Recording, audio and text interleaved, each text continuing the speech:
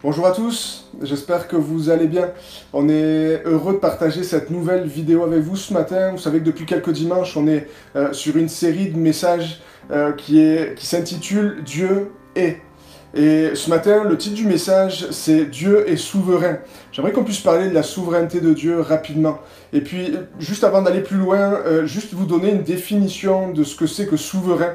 Ça signifie qui est au-dessus de tout, qui est au plus haut degré, qui règne en maître, qui l'emporte sur les autres, qui l'emporte sur tout. Et c'est de ça qu'on parle quand on dit que Dieu est souverain.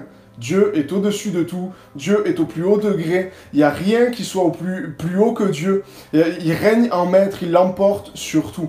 Et il y a certains attributs comme ça qu'on voit dans la parole de Dieu, qu'on trouve dans la parole, qui ne sont réservés qu'à Dieu. On les appelle les attributs divins, ils sont réservés qu'à Dieu. Et par exemple, Dieu est parfait, Dieu est saint, ce qui signifie qu'il n'a jamais péché, Dieu est omniprésent, il est partout en même temps. Dieu est omniscient, il connaît tout. Dieu est omnipotent, qui signifie Dieu est tout puissant, il peut tout faire. Dieu est éternel, ce qui signifie qu'il n'a ni commencement, ni fin. Et ça, c'est compliqué à concevoir pour nous en tant qu'être humain. Dieu est éternel, il n'y a pas de commencement, il n'y a pas de fin. C'est compliqué pour nous parce que nous, on naît à un moment donné et on meurt à un moment donné. Et on connaît un commencement, on connaît une fin. Et pour nous, tout a un commencement. Mais pourtant, la Bible nous affirme que Dieu n'a pas de commencement. Il n'y a pas un moment où Dieu arrive. Dieu est de toute éternité. Dieu est de toute éternité. Contrairement à l'homme, Dieu ne connaît aucune limite. Que ce soit dans l'espace, que ce soit dans le temps, que ce soit dans la connaissance de toute chose, il n'y a pas de limite, que ce soit dans la toute-puissance, il n'y a pas de limite. Dieu est tout-puissant, il connaît tout, il sait tout, il peut être partout à la fois, il n'y a pas de limite pour Dieu. Dieu ne connaît aucune limite. Et la Bible rajoute que Dieu est immuable, ce qui signifie qu'il ne change pas et qu'il ne changera jamais, ni dans son amour pour nous, son amour ne changera jamais. Ni dans sa perfection, Dieu est parfait, un point c'est tout, ni dans ses intentions à l'égard de l'homme, etc. Dieu ne change pas. Dieu ne change pas. Dieu est saint, Dieu est parfait, Dieu est partout, Dieu connaît tout, Dieu a la toute-puissance, il est éternel, il est immuable, et tous ses attributs font de Dieu un Dieu souverain. Le Dieu souverain. Et en tant que chrétien, on sait que Dieu est souverain. Si je pouvais poser la question à chaque chrétien qui regarde cette vidéo, est-ce que tu crois que Dieu est souverain? Vous allez tous me répondre oui. Parce qu'on a l'habitude de dire ces choses-là. Et on bénit Dieu, on loue Dieu pour sa souveraineté. Mais on croit que Dieu est souverain. Mais parfois, c'est difficile à comprendre, c'est difficile à saisir. Le fait que Dieu est souverain, c'est difficile à expliquer lorsqu'on voit tout ce qui se passe dans notre monde, lorsqu'on voit toutes les guerres, toutes les injustices, toutes les persécutions. Notamment la persécution des chrétiens dans plusieurs pays, quand on voit tout ça, toutes les famines, toutes les inégalités, toutes les horreurs, et parfois c'est même ces excuses-là dont certaines personnes se servent pour dire que Dieu n'existe pas. Mais c'est difficile à saisir que Dieu est souverain quand on voit toutes ces choses, c'est vrai. On a parfois du mal à se dire que Dieu est souverain. Mais pourtant, c'est une réalité, c'est une vérité. Tout ce qui se passe dans notre monde n'échappe pas au contrôle de Dieu. Rien n'échappe au contrôle de Dieu. Il faut comprendre qu'au-dessus de tout ce qu'on peut voir, au-dessus de tout ce qu'on peut vivre, Dieu poursuit l'achèvement de son plan dans l'histoire du monde. Il y a un plan que Dieu a fixé et il achève son plan. Au-delà de tout ce qu'on peut voir ou ce qu'on peut vivre, rien ne pourra empêcher ce que Dieu a établi de se passer. J'aimerais qu'on puisse lire un texte dans 1 Chronique, chapitre 29, verset 11. « À toi, Éternel, la grandeur, la force et la magnificence, l'éternité et la gloire, car tout ce qui est au ciel et sur la terre t'appartient. À toi, Éternel, le règne, car tu t'élèves souverainement au-dessus de tout. C'est de toi que viennent la richesse et la gloire. C'est toi qui domines sur tout. C'est dans ta main que sont la force et la puissance. Et c'est ta main qui a le pouvoir d'agrandir et d'affermir toutes choses. Dieu s'élève, on l'a lu, souverainement au-dessus de tout.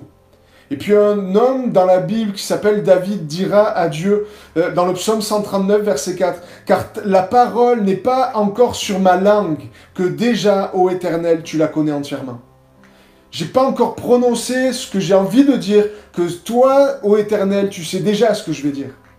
Et il rajoutera un peu plus loin, dans le psaume 139, verset 16, « Quand je n'étais qu'une masse informe, tes yeux me voyaient, et sur ton livre étaient tous inscrits les jours qui m'étaient destinés, avant qu'aucun d'eux existât.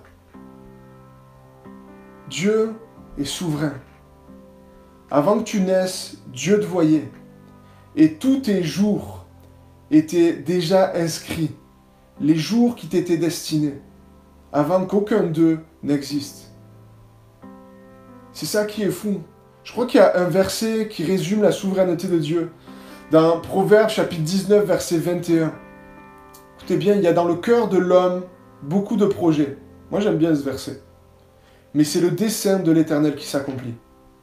Je le relis. Il y a dans le cœur de l'homme beaucoup de projets, mais c'est le dessein de l'Éternel qui s'accomplit.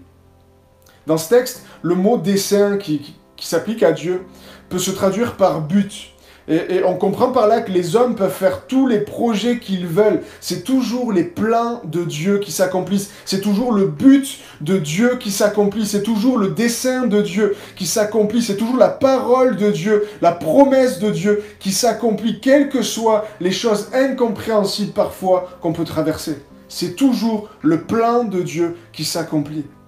Ésaïe chapitre 14, verset 24 nous dit « L'Éternel des armées l'a juré en disant « Oui, ce que j'ai décidé arrivera. » Ce que Dieu décide arrive.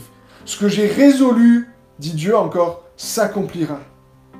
Ce que j'ai décidé arrivera. Ce que j'ai résolu s'accomplira. C'est comme ça. C'est moi qui suis le Dieu au-dessus de tout. Peu importe ce que vous pouvez vivre, peu importe ce que vous pouvez traverser, ce que j'ai décidé pour votre vie s'accomplira. Ce que j'ai résolu s'accomplira. On a un exemple dans la Bible, qui est l'exemple de cet homme qui s'appelle Joseph, et qui pour moi est une histoire marquante. Si vous n'avez pas lu cette histoire dans la Bible, vous avez sans doute vu le film peut-être d'animation Joseph, le roi des rêves de DreamWorks. Mais peu importe, mais Dieu va donner une promesse à Joseph. Dieu va donner une promesse à cet homme au travers de 2 songes. Et la promesse, c'est celle-là, c'est qu'il régnera sur sa famille. C'est que sa famille, même son père, sa mère, se prosterneront un jour devant lui. Waouh! Moi, j'ai pas eu cette promesse-là. Bon, j'aurais peut-être bien aimé, mais non. Voilà une promesse qui est là. Voilà le plan, le but de Dieu pour Joseph. C'était le but, c'était le plan de Dieu pour Joseph. Et Dieu va le communiquer à Joseph au travers de 2 songes. Mais voilà que les choses vont se compliquer pour Joseph et vont sembler aller tout autrement que ce que la promesse disait. Ses frères, jaloux de lui, vont le prendre et vont le vendre à des marchands qui vont à leur tour le vendre en Égypte à Potiphar, qui est un officier de Pharaon. Il est loin de régner à ce moment-là sur sa famille. La promesse, elle est loin à ce moment-là. Il n'est pas en train du tout de vivre cette promesse. Et au contraire, il tombe esclave. Sa promesse dit qu'il régnerait, mais pourtant, là, il se retrouve esclave. Esclave de Potiphar, qui est l'officier de Pharaon. Mais la Bible précise à ce moment-là quelque chose d'important. La Bible précise que l'Éternel est avec lui. À ce moment-là, l'Éternel est avec lui. Et vous pourrez me dire, mais ouais, c'est bien joli, mais en attendant, l'Éternel est avec lui, mais il est esclave. Et comment ça, Dieu est avec lui? Mais l'histoire continue, et la Bible nous dit que dans la situation qui est la sienne, à Joseph, qui est loin d'être ce dont il avait rêvé auparavant, Dieu va faire prospérer tout ce que Joseph entreprend. Et Potiphar va se rendre compte que Dieu est effectivement avec lui, avec Joseph. Il va remarquer ça et va confier du coup à Joseph tout ce qu'il possédait pour que Joseph justement le fasse prospérer.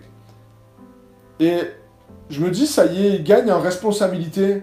Ça y est, il se rapproche peut-être de ce que Dieu lui a promis au travers de ses songes. Ça y est, il commence à gagner en responsabilité. Ça y est, il s'élève un peu plus là. C'est plus vraiment cet esclave-là qui n'est pas considéré, qui obéit juste aux ordres. Mais ça y est, il gagne une place il gagne un rang de plus. Potiphar lui confie tout ce qu'il possède. Tout ce qu'il possède. Mais, alors que je peux me dire ça, l'histoire raconte que les choses vont encore s'empirer pour Joseph. La femme de Potiphar va ordonner à Joseph de coucher avec elle. Et ce que Joseph va refuser, bien sûr. Et la Bible nous raconte qu'elle va comploter contre lui. Elle va comploter contre lui auprès de son mari, Potiphar, et Potiphar va l'envoyer en prison, va le faire emprisonner. Et allez, encore une galère qui arrive pour Joseph. Encore un pas de plus pour s'éloigner de la promesse de Dieu. Et on pourrait se dire, mais où est Dieu là-dedans? Où est Dieu là-dedans? On pourrait se poser la question, mais comment peut-il se passer tout ça si Dieu est avec lui? Comment il peut se retrouver esclave, puis en prison, si Dieu est avec lui? Comment il peut vivre, traverser tout ça si Dieu est avec lui? Mais la Bible va encore préciser, oui, effectivement, l'Éternel était avec lui. Et même là, en prison, Joseph va gagner les faveurs du chef des gardes. Les choses vont aller de mieux en mieux pour Joseph encore. Il va enchaîner les galères, c'est vrai, mais à chaque fois, il va y avoir du mieux. À chaque fois, Dieu était avec lui. Et à chaque fois, Joseph gagnait les faveurs de celui en dessous duquel il était. Mais à nouveau, la galère va être pour Joseph. Et Joseph va être laissé en prison pendant 2 ans. Où est Dieu là-dedans? C'est légitime de se poser cette question. Où est Dieu là-dedans? Où est la souveraineté de Dieu là-dedans? Dieu a promis quelque chose et tout va de travers. Tout va de travers. Mais au travers de tout ça, la Bible raconte que Dieu va débloquer les choses pour Joseph. La Bible raconte que les choses vont aller de mieux en mieux et ce n'est plus des responsables qui vont avoir contact avec lui. C'est plus des responsables de Pharaon qui vont avoir contact avec Joseph, mais c'est Pharaon lui-même qui va vouloir s'entretenir avec Joseph, qui va vouloir avoir ce contact avec Joseph, Pharaon lui-même. Dieu était avec lui. Dieu était avec lui. Et je passe les détails, mais parce que Dieu était avec Joseph, la promesse va enfin s'accomplir. Pharaon va dire à un moment donné à Joseph, « Vois, je te donne le commandement de tout le pays d'Égypte. » Et il dit encore à Joseph, « Je suis Pharaon, et sans toi, personne ne lèvera la main ni le pied dans tout le pays d'Égypte. » Waouh! Il aura une pleine autorité sur le pays d'Égypte. Il n'y aura personne au-dessus de Joseph si ce n'est Pharaon lui-même. Ça va être le second dans le pays d'Égypte. La promesse s'accomplit enfin. Les songes qu'il avait eus vont enfin se réaliser. Et c'est là qu'on voit, je crois, toute la souveraineté de Dieu. C'est que dans les choix des hommes, par exemple la femme de Potiphar qui accuse Joseph, Potiphar qui le met en prison, etc. Dans le choix des hommes, Dieu malgré tout accomplit son plan. Dieu avait un plan, et malgré les projets des hommes, le projet des frères de Joseph de le faire mourir au début, puis après ils ont abandonné ce projet-là, ils l'ont vendu pour l'amener loin de la maison. Mais malgré les projets des hommes, son plan à Dieu s'est accompli. Le plan que Dieu avait pour Joseph s'est accompli. Et c'est ça, la souveraineté de Dieu. Il y a dans le cœur de l'homme beaucoup de projets, mais c'est le dessein de l'Éternel qui s'accomplit toujours. Lorsqu'on prend la Bible petit bout par petit bout, c'est dur de voir la souveraineté de Dieu. Quand vous lisez juste un chapitre par-ci par-là dans la Bible, c'est dur de voir la souveraineté de Dieu. Mais quand on la lit dans son ensemble, on peut voir alors que Dieu est réellement souverain. On peut voir que, quels que soient les événements, ils s'inscrivent dans un plan merveilleux. C'est le plan de salut de Dieu pour l'humanité. Rien dans la Bible n'est laissé au hasard. Rien dans la Bible n'est laissé au hasard. Quand on la lit dans son ensemble, on se rend compte que des choses prennent forme au fur et à mesure. Des choses qu'on voit dans l'Ancien Testament s'accomplissent dans le Nouveau Testament. On voit que rien n'arrive par hasard. Dieu est réellement au contrôle parce qu'il est souverain. Il voit au-delà de tout ce qui peut se passer dans le moment présent. Il voit tellement au-delà. Et j'ai envie de te dire, à toi qui écoutes cette vidéo, dans ce que tu traverses, dans les temps difficiles que tu traverses, dans l'épreuve que ta famille traverse, dans l'épreuve que ton couple traverse, peut-être que tes enfants traversent, que ton mari, ton épouse traverse, n'oublie jamais que Dieu est souverain, qu'il est au-dessus des incompréhensions, il est au-dessus des doutes, au-dessus des questionnements, il est au-dessus de tout. Dieu est réellement souverain et j'aimerais t'encourager ce matin à proclamer de tout ton cœur que Dieu est souverain. C'est une vérité biblique. Dieu est souverain, il est au-dessus de tout. Et c'est son plan qui s'accomplit toujours. Dieu a un plan pour notre vie.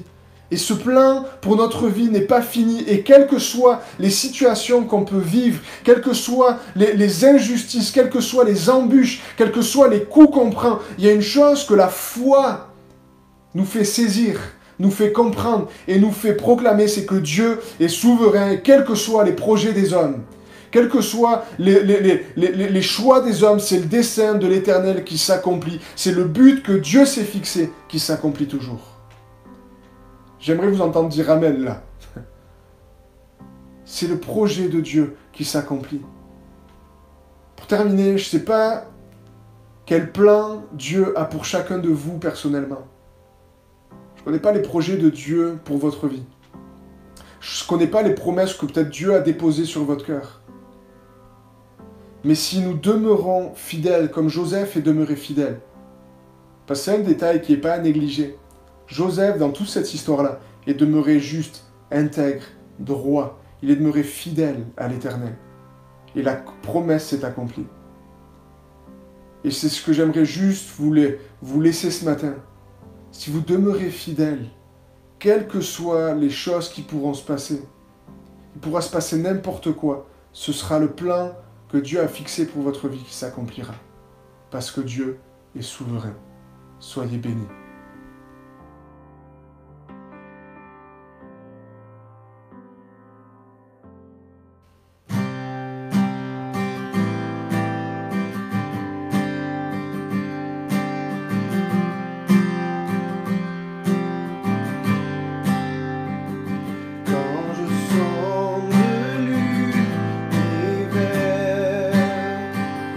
Les astres